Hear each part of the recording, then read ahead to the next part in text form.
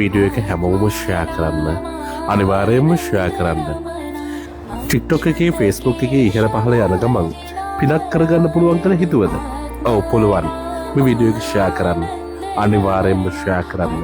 ඔබේ ජීවිතයට සැප සලසන පිනක්මයි කරගන්න ලැබෙන්නේ. මේ ආනමඩුව මහමෙවුනාව භාවනාසිකවේදී ගඩොල් පාවිච්චි වෙන්නේ බුදුරජාණන් වහන්සේ වෙනුවෙන් ඉදි කරන මේ සම්බුදු මහසෑයට.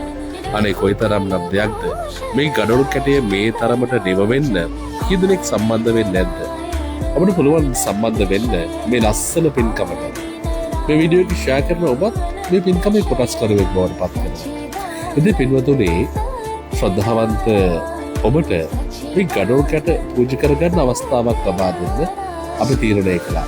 ඉතින් ඔබට පුළුවන් මේ මහා සෑයට සම්බුදු මහා සෑයට ගඩොල් පූජා කරගන්න. තවත් බොහෝ ප්‍රමාණයක් ගඩොල් අවශ්‍ය වෙලා තියෙනවා. එක ගඩොල් කැටයකින් හරි ඔබට පුළුවන් නම් මේ පින්කමට සම්බන්ධ වෙන්න.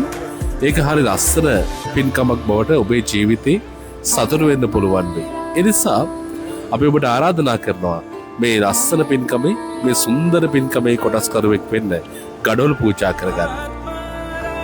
මේ වීඩියෝ එක දකින ඔබ නොවරද වාම මේ වීඩියෝ එක ෂෙයා කරන්න.